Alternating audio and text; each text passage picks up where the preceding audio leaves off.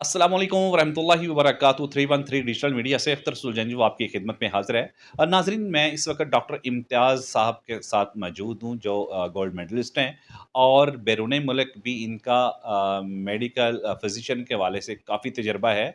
क्योंकि बरसात का मौसम है और मानसून का आगाज़ हो चुका है। इनसे जानेंगे कि मौसम बरसात में कौन सी बीमारियाँ लाक होती हैं और उनका इलाज क्या है।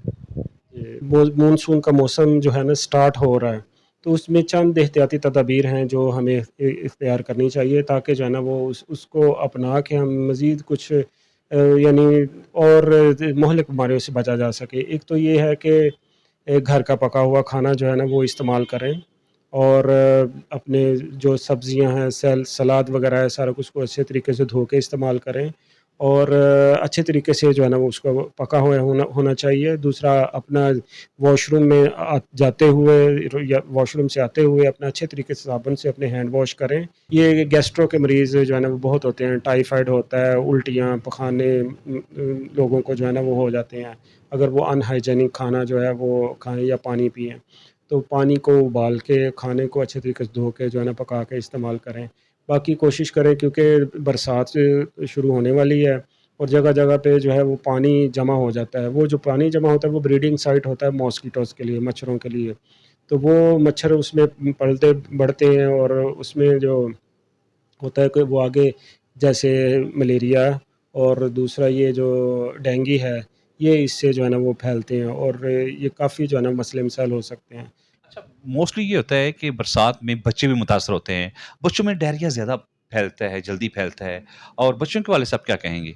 बच्चों के हवाले से यही है कि जो मैंने पहले बताया कि हैंड हाइजीन और घर का पका हुआ खाना और उसमें मोस्टली ज़्यादातर जो है ना वो वायरल होती है प्रॉब्लम बच्चों को।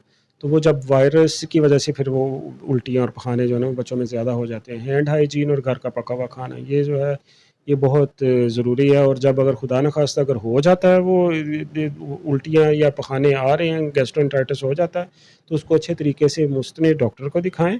और दूसरा ये कि जो भी उनके वो जिस्म में पानी की कमी है और नमकियात की कमी है, उसको अच्छे तरीके से जो है यानी रिहाइड्रेट करें ताकि जो पानी की कमी की वजह से मज़ीद मसले मसाइल बच्चे के ना हों बच्चों को। तो घर में ऐसा कौन-सा टोटका है फर्स्ट एड की सूरत में जो ना घर वाले यूज़ कर सकते हैं? उसमें सबसे तो यही है कि एक तो ओआरएस तो हर जगह पे अवेलेबल होता है, उसको बनाने का तरीका भी उसके ऊपर लिखा होता है। लेकिन अगर ऐसा है, तो अगर पेशेंट को उल्टियाँ वगैरह नहीं आ रही, अगर डायरिया ही है, तो उसमें ओआरएस बना के बच्चे को दिया जा सकता है। हर पतले खाने के बाद जो है उसको दें। इसमें दही, दलिया, केला, खिचड़ी इस किस्म की चीज़ें सॉफ्ट डाइट हैं ताकि बच्चे को नमकियात और पानी की कमी की ना हो।